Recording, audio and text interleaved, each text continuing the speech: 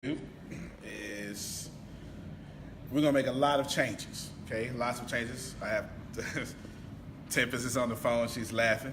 We're gonna make a lot of changes. Okay, a lot of changes. As in, 99% of this church. Okay, Tempest says 100. 100% of this church is going to change. If you're comfortable, it's because you're in a dead church. That's what we are. Okay? Tom Rainier says, it's his podcast. Tom Rainier is a guy who writes the Autopsy of a Deceased Church. He writes all sorts of books, okay? All sorts of books.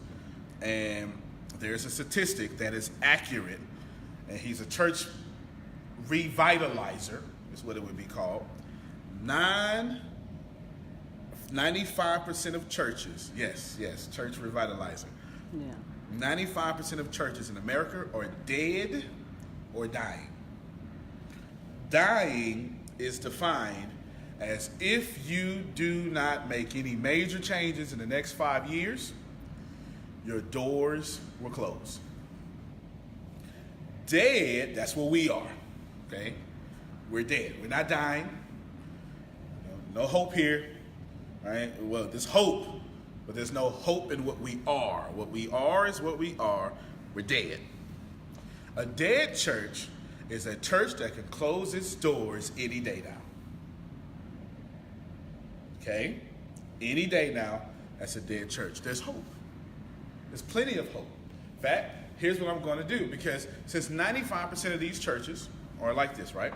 95%. What I decided to do is we're going to air our troubles. That's what we're going to do. I ain't got no shame. It's 95%, 9.5 churches that you drive past. We're in the Bible Belt. You're going to drive past 16 churches in 3 blocks. Well, 15.5 of them will be dead or dying. Okay? So what we're going to do is we're going to revitalize the church. And show my leaders over here.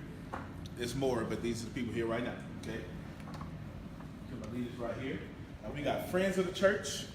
We have Deanna, executive assistant. There she is right there. And we have Sparkle, church secretary. Okay? And Tempest is over the phone. She helped me plant this church 7 years ago.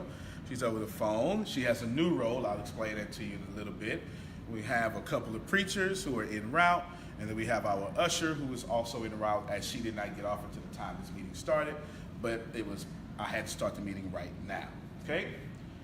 This is episode 1. I'm not doing this for TV or show. I'm doing this because, you know what? Who else is going to be vulnerable enough to say, hey, here's how we fix the church, or here are the mistakes we're making. All right. Here are mistakes that we're making right now. My membership is fake. Let's just call a spade what a spade is. Okay? My membership doesn't act like Jesus. My membership is fake. My membership does not act like Jesus. Let's just call it what it is. Okay? Deanna, she wants you to take notes. Can you take notes? All right. She asked you, and then send them to her. That's what she said. Okay. Our members, for the most part, don't look like Christ. Let's just call it what it is. Okay? We don't, and I'm going to say we as a collective, okay? We're not forgiving people. We don't offer second chances unless we're the star of that second chance. Did y'all hear what I said? Unless we are the star of that second chance, we won't offer a second chance. Right now, God can't send in a new member because we will run them away. As a whole, we are not fertile ground for God's army. Okay? As a whole. If one of us is in trouble, all of us is in trouble. Yes? Another thing that we got going on is we don't invite people to church, right? In one respect, I'm kind of glad y'all don't invite people to church. Because we are not representing the church the way the church should be represented. Okay? So in one respect, I'm very glad you're not inviting people to church. I'm very glad because I don't want to put a black eye on the church. Then on the other hand, I'm very sad we're not inviting people to church because, you know what? That's not what Jesus would do, right? Nor is that the Great Commission that he left across. It's just not what it is, okay? Now,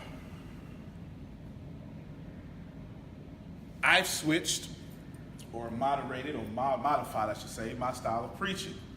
I don't know if y'all know I'm a black guy in the South. I don't know if you can tell that I'm black. And you know, we have an African American style of preaching. Say, you know what I'm saying? But typically don't do that no more, right? As we are attempting to attract a diverse crowd. Fair enough? Mm-hmm. I've changed our music to be diverse. I've changed the preaching to be diverse. Yes? Music diverse, preaching diverse. Got me? Mm-hmm. Outstanding. Now, in view of that, you can't be diverse if you're not giving the other counterparts a voice. Got me?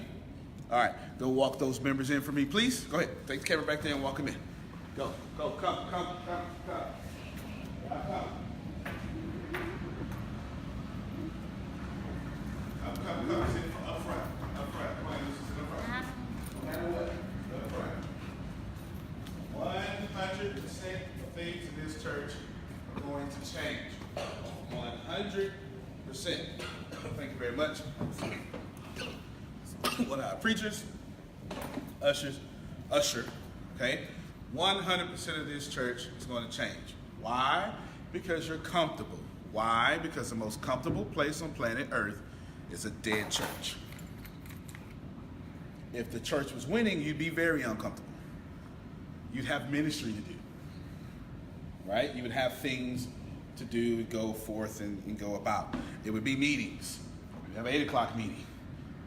You would have surveys to look at and see what new members that been here for 1 week or less think of, or not new members, new visitors 1 week or less, or visitors 6 weeks or more. You would have data to analyze, but we don't have that because we ain't got no data because we don't take it. Is this fair? We don't have no data because we don't take it. Don't have no data because we don't take it, okay? So what you missed as you were coming in is this. Just point out two things right now. 100% we're going to change, but here is the deal. A big portion, you recap to me, give me them notes. What you got right there? Zoom in on them notes. Our membership is fake. Our membership is fake. That is the number one thing that's happening in this church. That the membership in this church does not look like Christ. Okay? I said very well and very directly that we don't give second chances unless we're the star of that second chance. Okay? Our environment doesn't say that we are welcoming people in. Yes. God can't send a new member in because we'll run them off. We don't care. When the last time y'all went and Lucy missed a few Sundays? Anybody call and say we love you? No. People miss. Do we say, hey, your presence was missed? No. Do we have a dedicated team? Now keep in mind, I'm going to say to you right now, everything I'm listing is my fault. Okay? Everything I'm listing is my fault. Because I let you be fake. I somehow allowed you to dwindle down to hiding Christ and being fake. Okay? Got me? I sure hope you're paying attention. Okay? Do you understand what I'm saying? That has to change. So here's some changes that are going to immediately happen. We got this camera rolling because we are going to show the world. Right? We're a dead church. Here's what dead or dying means. Tom Rednear says 95% of churches in America are dead or dying. Dying means in the next 5 years, if you don't make some drastic changes, your doors will close. That's right. We're not dying. We're dead. We don't have 5 years. Dead means any day now, the doors can close. And that's where we at. That's exactly where we at. We're there because we have half the church that don't want to show up. We have the other half of the church that when they do show up, you're pushing the people that do show up away because your vibe is off. Because I watch your sermon Monday through Saturday, and I have to watch you live a lie on Sunday as you're teaching. Thumbs up. That happens. That's happening. It's happening here. Okay? So, do me a favor, and I need as many people as possible to handle ushering, not necessarily as volunteers, but she's going to need help because we're going to make a lot of changes in this help. Tempest taking on a new role. She'll be playing this church secretary right there, Sparkle. Executive assistant right here, Deanna. Tempest is my checks and balances. I'll explain what I mean. I had to take her out the church, so she's good at building nonprofits. And that's what she does for a living. She produces profitable nonprofits. Is this church profitable? Not that it's about money, but is it profitable? No. No. No. Now, you don't have to raise your hands because I don't mean to embarrass you. But 75% of this church don't even give in this room. You understand what I'm saying? Okay? Now, Tempest, what did I call you, Tempest? What was your? She's my growth advisor. Okay? She's a church revitalizer. What she's going to do is she's going to hold me accountable for some metrics, some numbers, some data that I have to be held accountable to. I needed to put someone outside of the church so I wouldn't be surrounded in some vacuum to where can't nobody tell me nothing. That make sense? Mm-hmm. So here's some of the things that she's going to be doing. You'll have another meeting with her. She's going to track. I had to give her my goals for the next 1 week. I had to shoot one of my goals for the next 3 weeks, for the next 6 weeks, for the next 6 months, and the next year. Okay? And next 3 years and next 5 years is what she just said in my ear. I had to give her that. While I had to give her that, she's also tracking how many baptisms we do. Why is that important? Because if we're growing with no baptisms, it means we're stealing members. We're fishing in someone else's pond. This is the church for the unchurched. We are to be going to get the unchurched, right? People disconnected from the church and bringing them to Christ for the first time. Got me? Mm-hmm. So she has me on a ratio of 40% baptisms. That means if we get 10 members, we need to baptize 4. Do you see how much that changes the way we invite people to church? Okay? That's not just sales. Ordering Sunday school books. Give me some of the duties you're going to do, Timothy, we talked about. Yes, that me and you talked about. Give me some of that stuff. Hold on. Put your speakerphone. Go now. I am rebuilding the website. I am building a system for the back office so everyone has access to data and reports. And then some other stuff that I'm not ready to reveal. Fair enough. Outstanding. Here's one of the things that she had to, what she got on me about. It's my fault. Every single thing that I have said thus far is whose fault? My fault. Doesn't matter if you want it. I know it hurts to say it. It's my fault. I'm the leader. Coaches get fired, quarterbacks stay. Okay? It's my fault. I let y'all get this way. My fault. One of the things that's most certainly my fault is if you give and ask for some money, ask for what you gave at the end of the year, I don't know. Right? One thing. So we're now tracking every dime that comes in, which we should have been doing. Not just money, everything. We're tracking everything, and I'll explain. Yeah, she's stressing that in my ear. But now I want to be able to at least track what you give. At the end of the year, you can do this, but we also need to track because the average giving is $10 per capita. That means per person. We do not give $10 per person. Okay, we're somewhere like $2 per person, maybe $1. Okay, she just did the numbers. She said got the numbers. We give $1.50 per person. We had no choice but to be dead. Now, I teach giving. I teach character. I teach change. I'll take that blame. That is most certainly my fault. But you have a responsibility somewhere up in there. You know what I'm saying? Cool. Now, we're tracking everything. We're tracking how many guests come. If they come back a second time. How long has this guest been here? Is this a guest that repeated twice? If this guest has repeated twice, they get a survey. They get a survey when they first come. Okay, I'm stepping on her project, she said, so I'll be quiet. Well, no, I'll say it, and then I'll say the skeleton, I'll let her give more. They come once, they get a survey. Why do we need a survey? Because we need fresh eyes. We need to know what people think about us so we can change. We don't need to have an opinion about us. We need to have their opinion about us. Because if they're not here, there's a reason they are not here.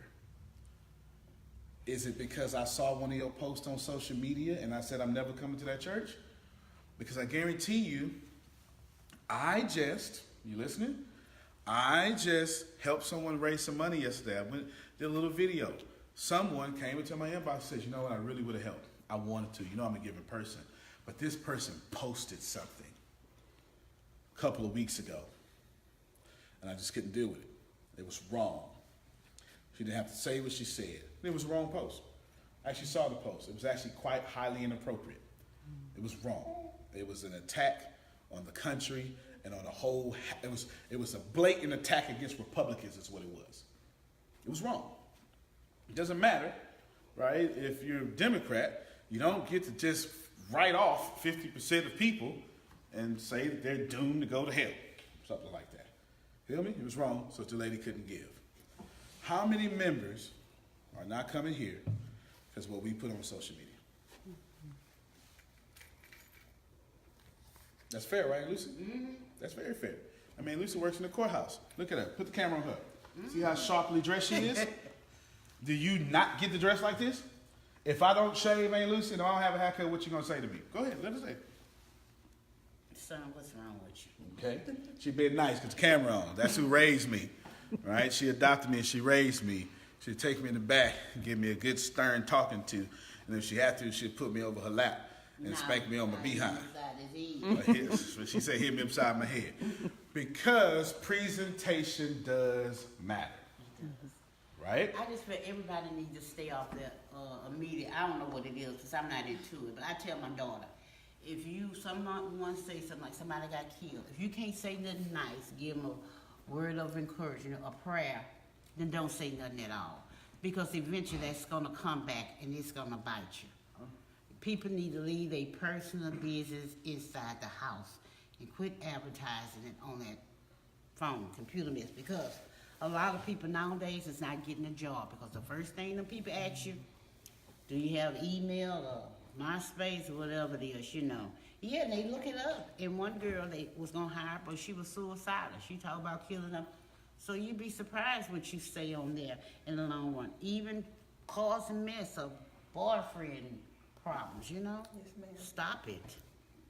There you go. You know, it should only be nice things said on there or stay off. You can read it, but don't Well, respond. and I'm glad you said that because that is the problem That with is the this. problem. The number one Everybody problem knows with this that. church, the number one problem with, well, there's a few problems, but the number one problem with this church, and I say this to every leader in this church, here or not here, you don't look like Jesus. You can say what you want. Half of y'all, actually, 3 of y'all got a problem with me. You claim to be in leadership, but I know you have a problem with me. And you have no reason to have a problem with me. And if you did have a reason to have a problem with me, the Christ-like thing to do is come to me with your problem. Some of you, I know for sure that we can't get a member or a guest to come from you because you've already talked about me enough out there to where now if you invite them to church, they're not coming because of what you said. That's facts. That's facts. And for what?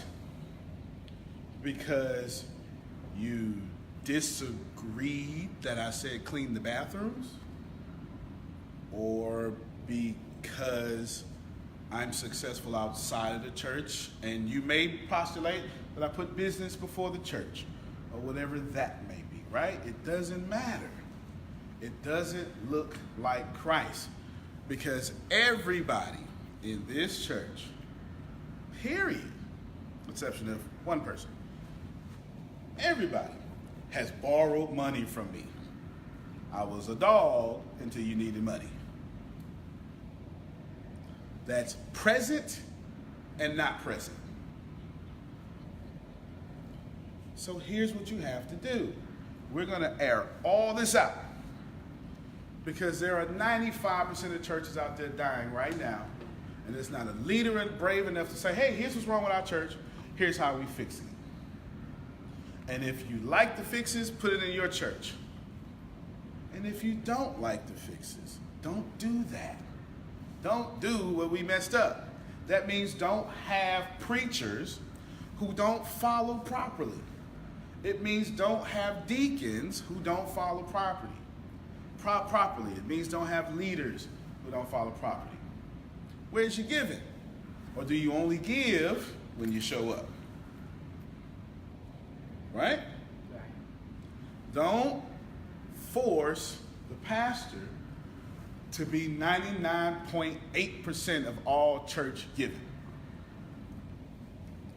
That's a real statistic right now today. You hear what I'm saying? Now, we're going to address solutions.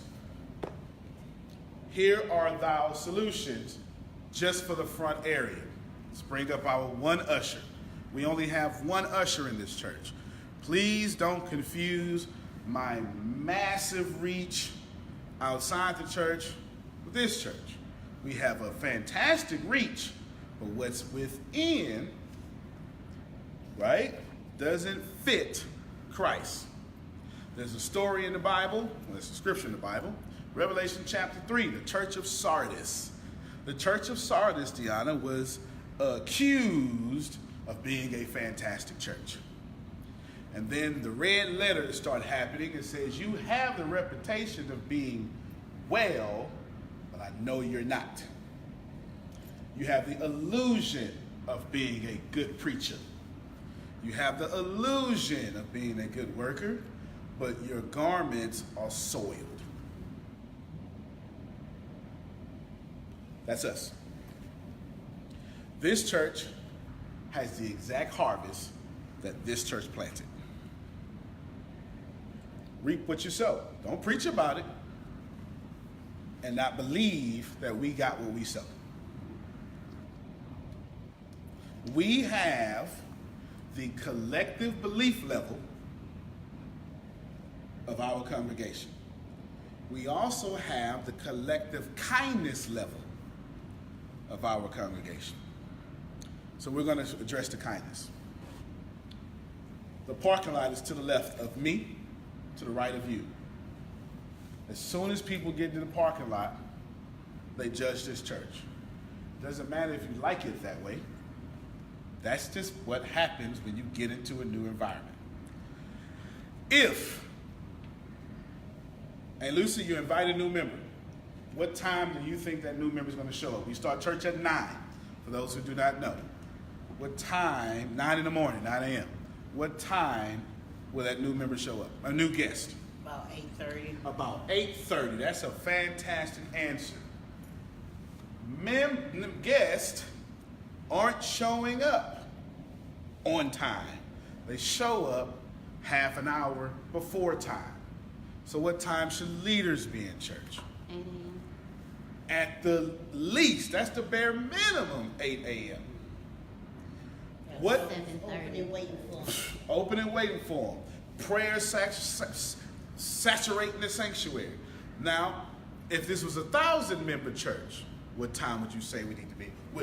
Is it fair to say a 1,000-member church needs to be here 30 members? 30 minutes before a guest? Well, at least an hour and a half. hour least- to an hour and a half. Put it on her. Say it out. Say it loud. At least an hour to an hour and a half before church starts. At least an hour and a half before church starts. My question to you is very simple.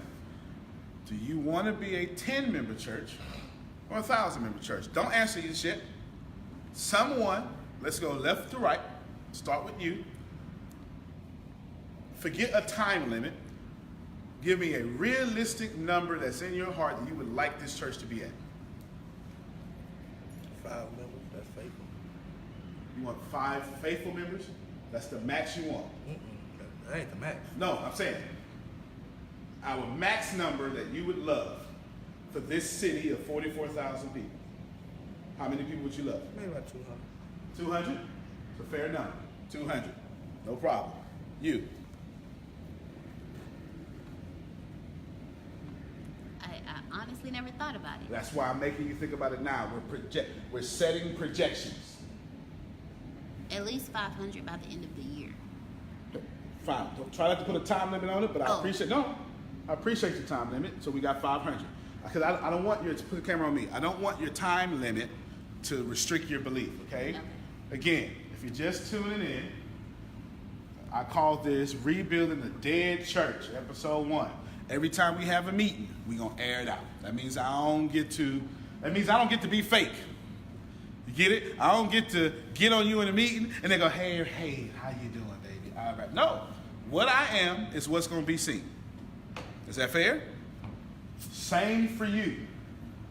We will no longer be fake members. We're gonna be what we are. Does that make sense? We're gonna help other dead churches. 200, 500. What are you? What about you? Whatever number that you feel is your belief. I was going to say however many can fit comfortably, but if you want a number, I'll have to go with 200. Okay, 200. This church would fit 200 per service, just about. Would you like 1 or 2 services, since you said that? 2. So you're saying 400 members. Fair? Right. You said comfortably 2 service, 400 members. Right. Then we got 200, 500, 400. And Lucy? What's our church mother? Me personally, I would like to see a whole lot in here, but I would really like to at least see this church every Saturday that we have church, at least 50 people here. At least 50 people. Every Saturday, faithfully. You know, Faithfully is good. don't miss unless it's emergency. It's a good word. Because you're going to have 2, but you'll never have all of them both at the same time unless it's a function. But if we can have 50 faithfully come every Sunday, Saturday, that'd be wonderful. That's spoken wise, like a good church mother. I like this good church mother. That's our church mother. She's the most senior member in this church, right? And the wisest. Can she turn it off for me? I want to say something. Okay, hold on real quick.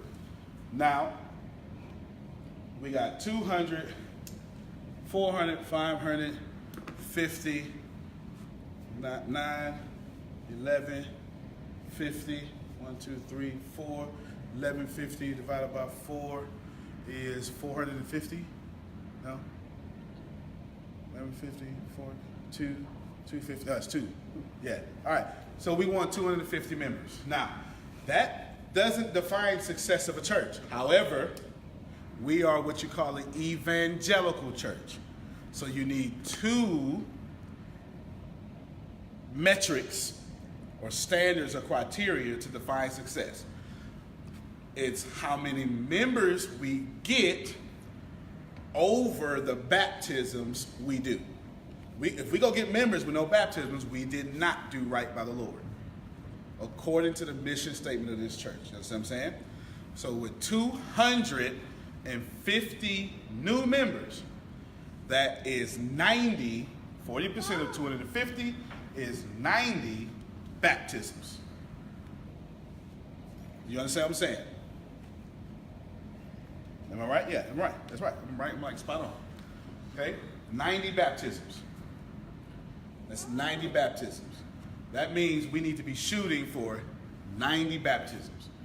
Okay? I'll say this couple last things and then we'll do that.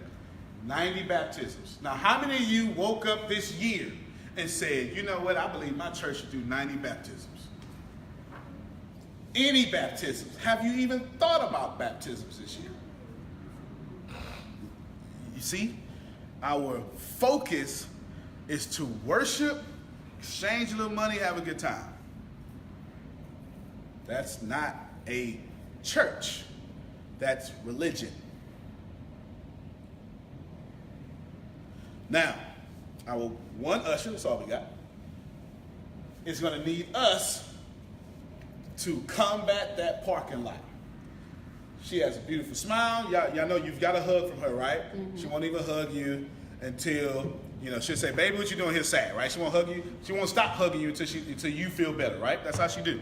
Everybody, we all know that's why she's usher, right? But can we, from the parking lot, soften them to meet her? That's what we should be doing.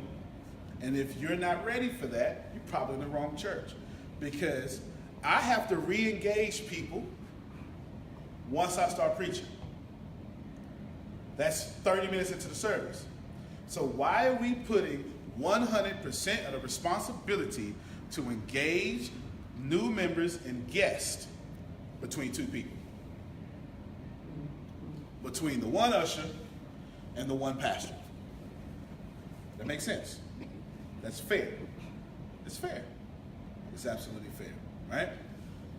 So we need to start paying attention to that parking lot, make sure it's clean, and if we hear a door close, run out.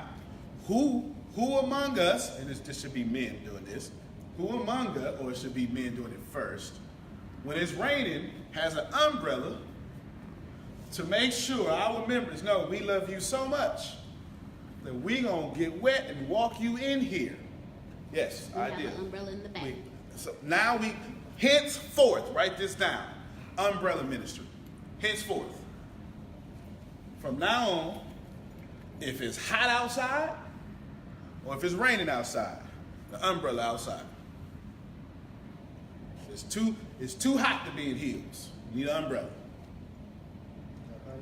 Is that fair? All right.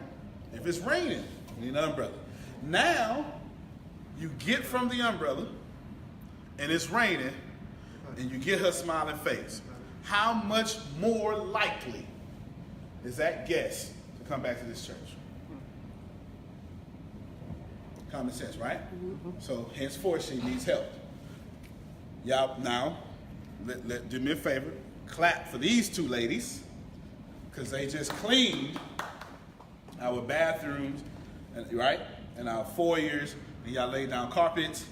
They made it look, or they're in the process of making it look girly. Okay? Because men shouldn't be in charge of no decorum. Okay? In charge of making it look girly. Why? Because we did a walkthrough this week. We walked in and it smelled like old church. It smelled like, hey, you here? We weren't expecting guests. That's what it smelled like. You understand? Now when they come in,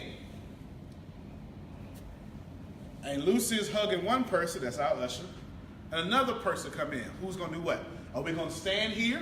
Here's what happens in this church right now. Hey, how's it going? Come in. Now, that looks good. The problem is, how many of you go to a new environment and feel comfortable enough to walk front and center? Nobody. Nobody. Nobody. Not at your mother-in-law's house, certainly not at the church. Nobody.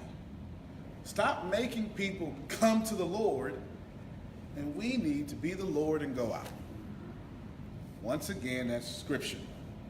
Those are the three immediate areas I want to change this week. We got plenty more to change. Tempest, give me something that's, here's what Tempest is making sure we track all data. If something isn't working, if my sermons aren't working, I get data from that, I change it. Not the word, the delivery. Get it? Mm-hmm. Does that make sense to you? Mm-hmm. All right. Now, You need to be all the way with me, okay? This is, the issue is you tearing something up and you're not worried about I gotta fix it at all. That's episode 1. We'll see you later.